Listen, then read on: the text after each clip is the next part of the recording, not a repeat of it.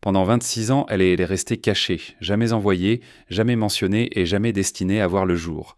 Mais aujourd'hui, la vérité éclate. Une lettre pliée et scellée, à l'abri des regards, a refait surface et sa découverte provoque une onde de choc au palais de Buckingham. Dans une monarchie fondée sur la tradition, les secrets sont monnaie courante, et celui-ci a le pouvoir de démanteler les fondements même de la famille royale. Nous sommes en 2024, et ce qui n'était au départ qu'une agitation discrète parmi les conseillers du palais a dégénéré en frénésie mondiale. La lettre, rédigée par nul autre que la princesse Diana, n'est pas adressée à ses fils, le prince William ou le prince Harry. Elle n'est pas non plus destinée à son ex-mari, le roi Charles.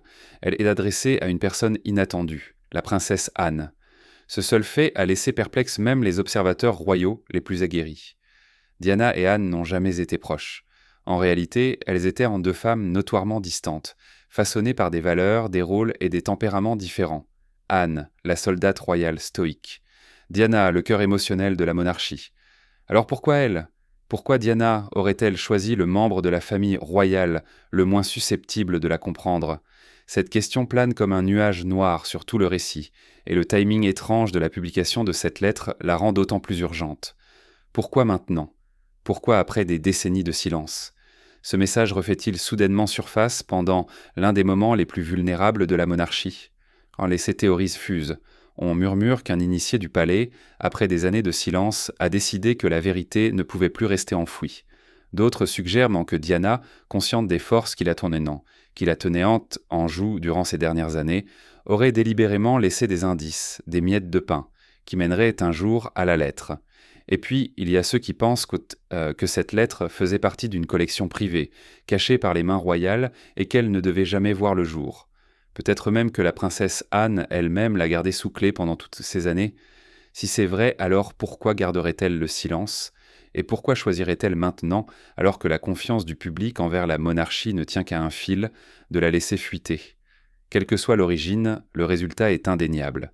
La famille royale, déjà vacillante sous le poids de la surveillance moderne, est désormais contrainte d'affronter quelque chose qu'elle ne peut ignorer, une voix du passé, qui la lance avec des avertissements qui auraient pu prédire quelque chose.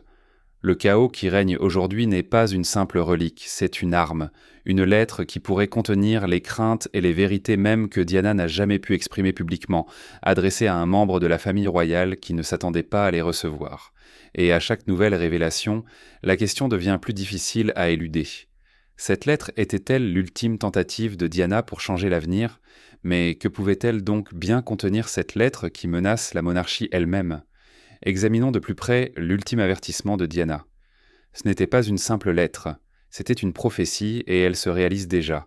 Les mots gravés sur cette page n'étaient pas des réflexions désinvoltes ni des sentiments vagues. Ils portaient en ça le poids d'une femme qui en avait trop vu, trop souffert, y compris la pourriture intérieure qui se cachait sous la surface polie de la monarchie. La lettre de la princesse Diana, désormais chuchotée dans tous les couloirs royaux et décortiquée par tous les commentateurs, ne se contentait pas d'avertir. Elle offrait un aperçu terrifiant de l'avenir d'une famille et d'une institution au bord du gouffre. Et d'une certaine manière, il semble que cet avenir soit arrivé. Ceux qui se sont manifestés, des initiés discrets, des sources anonymes et des observateurs royaux, affirment que la lettre de Diana ne se gardait pas de citer des noms, Charles, Camilla, William, Harry. Elle lançait des alarmes non seulement sur les trahisons et les chagrins, mais aussi sur tout un système que Diana croyait s'effondrer de l'intérieur. Ces mots étaient dit-on, tranchants, émouvants et indéniablement les siens. Elle aurait exprimé sa méfiance envers l'institution royale, sa crainte pour sa vie et sa conviction croissante que l'apparence brillante de la monarchie n'était qu'un masque susceptible de s'effondrer d'un seul coup, porté de l'intérieur. Et peut-être, juste peut-être, cette lettre était-elle sa façon de porter ce coup sans même être présente. La lettre, selon certaines sources, mettait en garde contre les profonds défauts de Charles, non seulement en tant qu'époux, mais aussi en tant que futur roi. Elle évoquait sa liaison avec Camilla non pas comme un scandale privé, mais comme un désastre public en devenir. À une époque où la monarchie avait besoin d'apaisement, de stabilité et d'unité, Diana aurait perçu Charles comme l'incarnation de la division, et Camilla, craignait-elle, ne serait jamais acceptée par le peuple. Pourtant, la crainte de Diana était plus profonde que des relations brisées. Elle était structurelle, culturelle, institutionnelle. Elle craignait l'incapacité de la monarchie à s'adapter à un monde en mutation. Cette crainte devint une prophétie.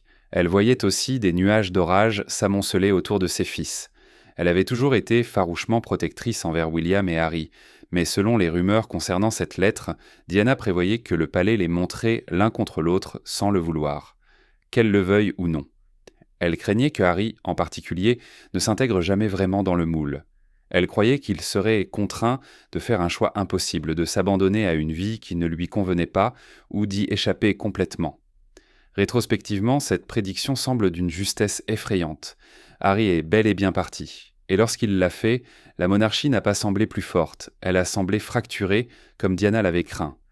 Mais l'intention de Diana, semble-t-il, n'était pas la destruction. C'était plutôt un appel désespéré à sauver quelque chose qui lui échappait déjà. Ces paroles, si elles étaient un vrai, n'étaient pas empreintes de malice. Elles étaient tant lourdes de chagrin. Elle voulait que la monarchie survive, mais pas comme ça. Pas à travers le silence, les secrets et des règles séculaires. Elle voulait la vérité, la transparence, l'humanité, et comme elle n'a rien vu venir, elle n'a pas crié devant les caméras. Elle t'a écrit une lettre qui pourrait lui survivre, une lettre qui pourrait bien survivre à la monarchie même qu'elle essayait d'avertir. Mais cette lettre était-elle seulement réelle, ou juste un autre mythe royal bien ficelé ? Les experts ont des avis partagés. Si cette lettre est un faux, elle est l'une des plus convaincantes jamais créées. Chaque courbe de l'écriture, chaque phrase soigneusement choisie, chaque nuance émotionnelle, tout reflète la princesse Diana avec une précision troublante. Les graphologues ont passé des heures à la comparer à ces lettres connues, et beaucoup ont conclu à une correspondance quasi parfaite. Les traits sont incontestablement les siens. La fluidité de son écriture, les fioritures, le ton, c'est comme si Diana elle-même l'avait écrite hier. Et pourtant, dans une famille où l'authenticité est primordiale, l'existence même de cette lettre soulève une question dérangeante et inévitable. Comment un document aussi explosif a-t-il pu rester caché pendant plus de 2 décennies ? Certains initiés de la famille royale, s'exprimant sous le plus strict anonymat, affirment que cette lettre n'avait rien de mystérieux pour eux. Ils affirment qu'elle a été transmise discrètement entre des conseillers de haut rang, conservée dans des coffres-forts privés et protégée du public avec un soin méticuleux. Non pas parce qu'elle était fausse, mais parce qu'elle était dangereuse. Ces initiés pensent que la monarchie craignait les conséquences de la publication des derniers mots de Diana, surtout lorsqu'ils dressaient le portrait d'une institution en ruine, dirigée par des hommes imparfaits et hantés par des règles obsolètes. Pourtant, malgré ces affirmations, nombreux sont ceux qui pensent que cette lettre est trop parfaite, trop commode, trop opportune. Serait-ce un faux, fabriqué par quelqu'un ayant accès aux écrits de Diana et peut-être un mobile ? Si oui, la question devient bien plus troublante. À qui profite cette lettre ? Qui gagne à ressusciter le fantôme de Diana pour défier la monarchie dans une période d'immense vulnérabilité ? Serait-ce un rebelle royal, un ancien membre du personnel amer, ou peut-être un géant des médias avide de scandales ? Et, tout aussi important, qui risque de tout perdre ? Si elle est vraie, les implications sont stupéfiantes. Si elle est authentique, elle confirme que la monarchie a été avertie par Diana elle-même de son effondrement prochain. Si elle est fausse, cela signifie que quelqu'un a déployé des efforts extraordinaires pour manipuler l'opinion publique et diffamer un héritage royal. Mais le plus frappant est peut-être la façon dont le contenu présumé de la lettre fait écho à ce que Diana a déjà déclaré publiquement. Dans ses célèbres interviews, elle n'a pas hésité à dire la vérité au pouvoir.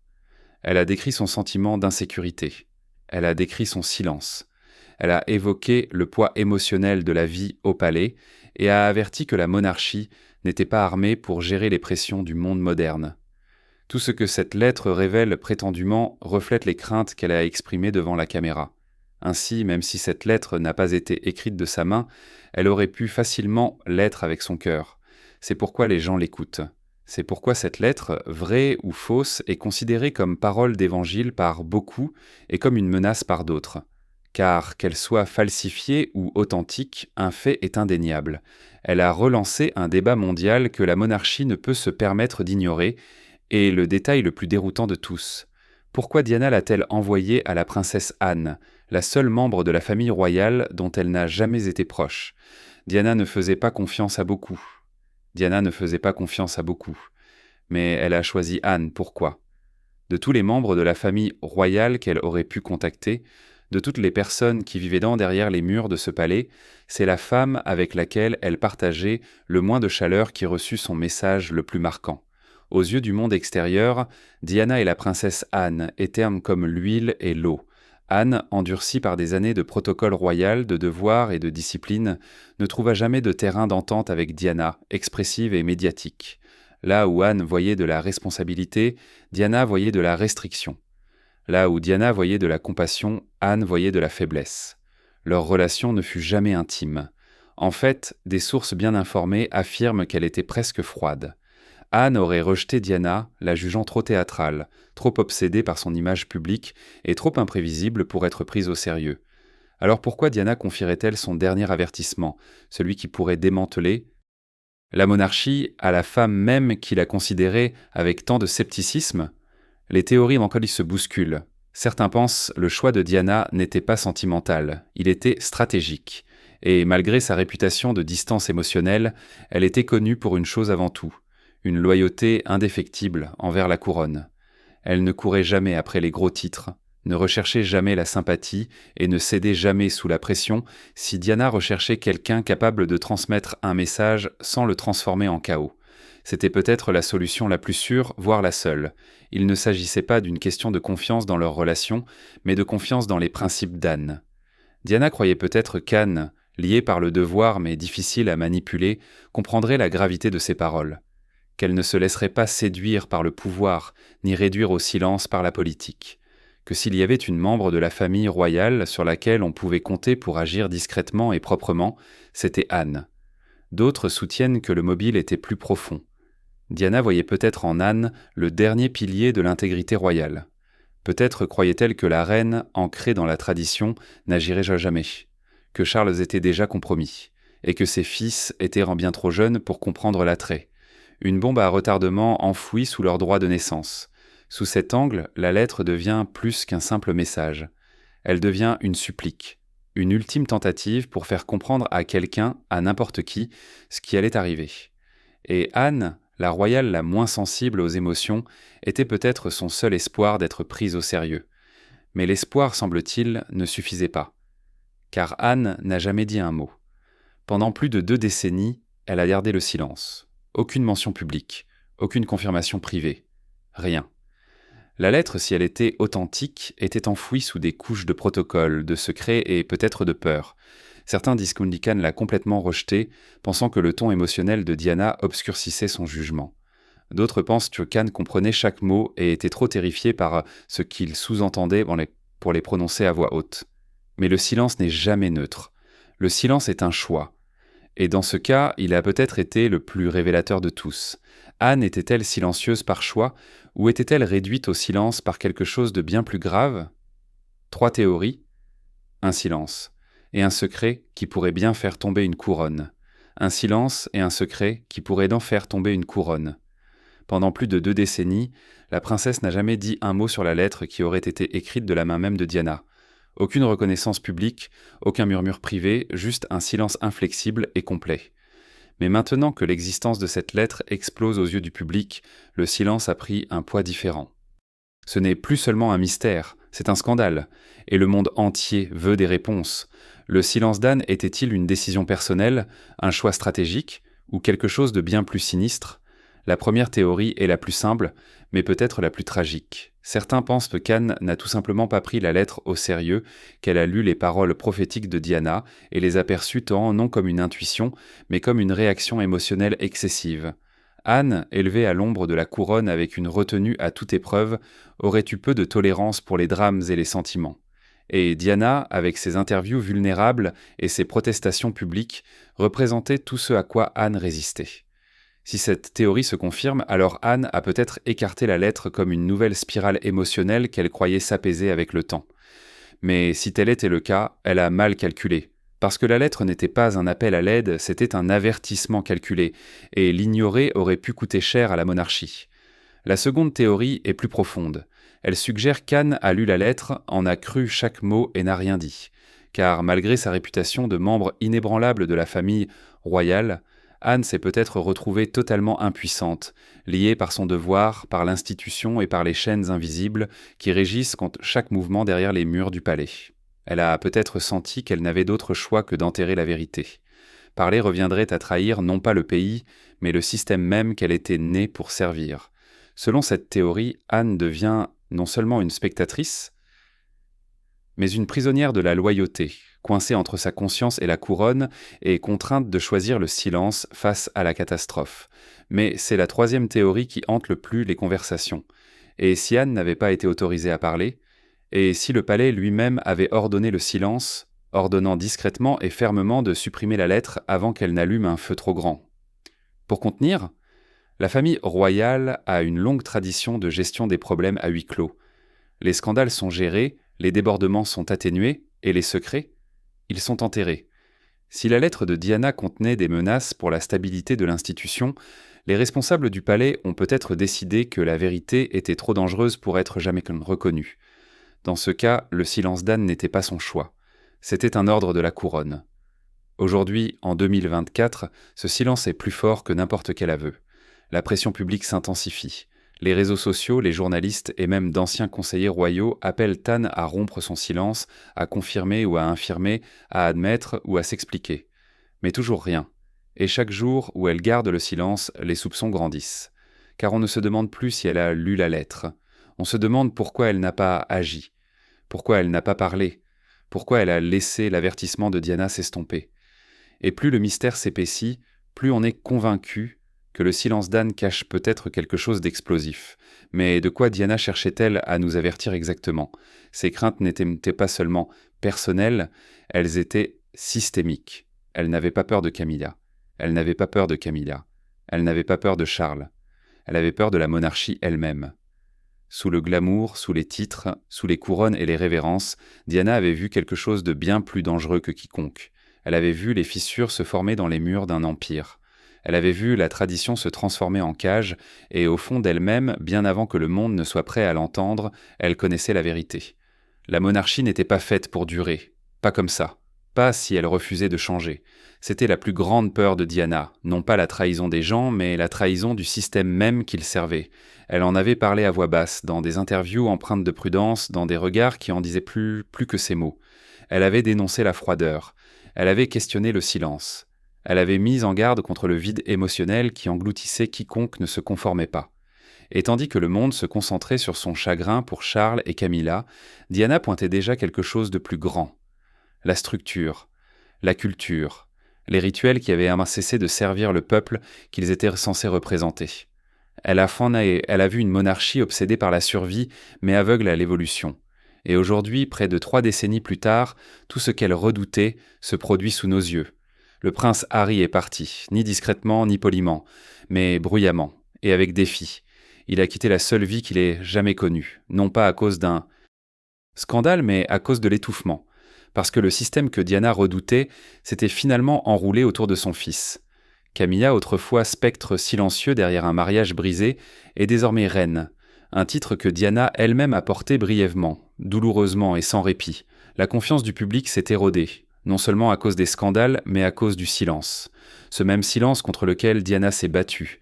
Ce même silence qui ressemble aujourd'hui à une malédiction transmise de génération en génération. Et la lettre, si elle est vraie, si ces mots annonçaient véritablement ce qui allait arriver, alors ce n'est plus seulement une lettre, c'est une prophétie. Diana l'a peut-être écrite comme une supplication, mais elle disait « c'est désormais comme un texte sacré, d'une précision obsédante et terriblement ignorée ». Elle parlait de déliquescence intérieure, d'une famille s'éloignant de son peuple, d'enfants nés dans une machine qui les façonnerait ou les briserait. Elle craignait que William ne soit façonné en quelque chose qu'il n'était pas. Elle craignait qu'Harry ne soit contraint de choisir entre la liberté et la famille. Et elle craignait que la résistance de la monarchie au changement ne devienne son plus grand ennemi. Que le trône ne tombe pas à cause du scandale, mais de son insignifiance.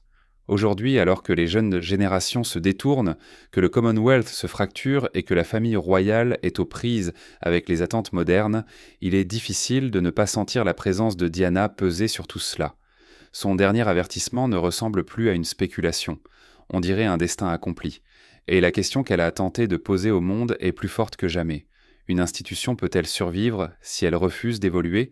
Et maintenant, la plus grande question de toutes, est-ce le début de la fin pour la monarchie britannique ? Une lettre enfouie depuis 26 ans pourrait bien enterrer la monarchie elle-même. Ce qui n'était autrefois qu'une note privée, scellée dans le silence et oubliée par le temps, s'est transformé en une prise de conscience publique. Alors que l'existence de cette lettre se propage à travers le monde ne réagit pas avec curiosité, mais avec enthousiasme. La résurgence de la voix de Diana a suscité quelque chose de plus profond que la nostalgie. Elle a ravivé de vieilles blessures et fait ressurgir des vérités dérangeantes. Le public, autrefois réduit au silence par les convenances et distrait par les cérémonies, écoute désormais plus attentivement que jamais. Et ce qu'il entend dans les paroles de Diana confirme ce que beaucoup avaient toujours soupçonné. Derrière la façade royale se cache une institution fracturée, toujours réticente à affronter son propre reflet. De génération en génération, la sympathie pour Diana a grandi. Mais cette fois, il ne s'agit pas seulement de sa mort tragique. Il s'agit de sa clairvoyance, de ses avertissements, de son courage à dénoncer un système qui privilégiait l'image à l'intégrité. À mesure que sa lettre gagne en popularité, la colère monte non seulement envers les circonstances qui ont conduit à son isolement, mais aussi envers le silence assourdissant qui a suivi. Le palais de Buckingham, fidèle à ses habitudes, a refusé de commenter. Mais le public ne se contente plus du silence. Il n'y voit pas de la retenue, mais un sentiment de culpabilité. Une monarchie qui se prétendait autrefois inébranlable est aujourd'hui profondément ébranlée, non par un scandale ni par des personnes extérieures, mais par les paroles de la femme qu'elle n'a pas su protéger. Le soutien à la monarchie, autrefois perçu comme une force inébranlable, s'érode, non seulement en Grande-Bretagne, mais dans tout le Commonwealth. Des pays comme la Barbade ont déjà coupé les ponts. D'autres, comme le Canada et l'Australie, remettent ouvertement en question la nécessité d'un chef d'État royal. Les jeunes générations, en particulier, ne considérant ça plus la monarchie comme sacrée.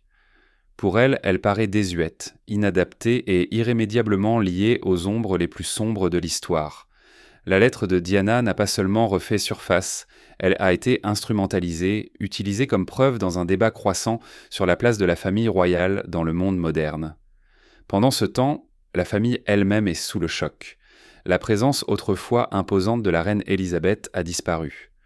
Charles, malgré son accession au trône, fait face à une approbation publique mitigée et à un nuage de controverses passées. William, autrefois le plus grand espoir de la monarchie, marche désormais sur la corde raide entre la modernisation de la couronne et la préservation de cette institution même, peut-être irrécupérable. Et malgré tout cela, le fantôme de Diana plane plus que jamais, non pas comme un souvenir tragique, mais comme une boussole morale ignorée jusqu'à ce qu'il soit trop tard. Si sa lettre prédisait véritablement cette spirale, alors peut-être ne sommes-nous plus témoins d'un déclin. Nous assistons à la réalisation d'un avertissement. Diana ne s'est pas contentée d'évoquer le refus de la monarchie de changer. Elle l'a vécu, elle en a payé le prix. Et maintenant, par la résurgence de son dernier message, elle force le monde à affronter ce qui arrive lorsque les institutions survivent à leurs valeurs. Cette lettre n'est pas seulement une relique du passé, c'est un miroir, et son reflet est dévastateur. Était-ce la dernière tentative de Diana de réécrire l'histoire d'outre-tombe ? De laisser derrière elle non seulement un héritage de compassion, mais aussi un défi au cœur même de la tradition britannique ? Cette réponse ne viendra peut-être jamais de l'intérieur du palais, mais au-delà, devant l'opinion publique, le verdict est en train de changer. La monarchie a survécu aux guerres, aux scandales et aux abdications, mais survivra-t-elle à celle de Diana ? Dernier avertissement. Partagez vos impressions dans les commentaires, n'oubliez pas d'aimer et de vous abonner, et à bientôt pour la prochaine.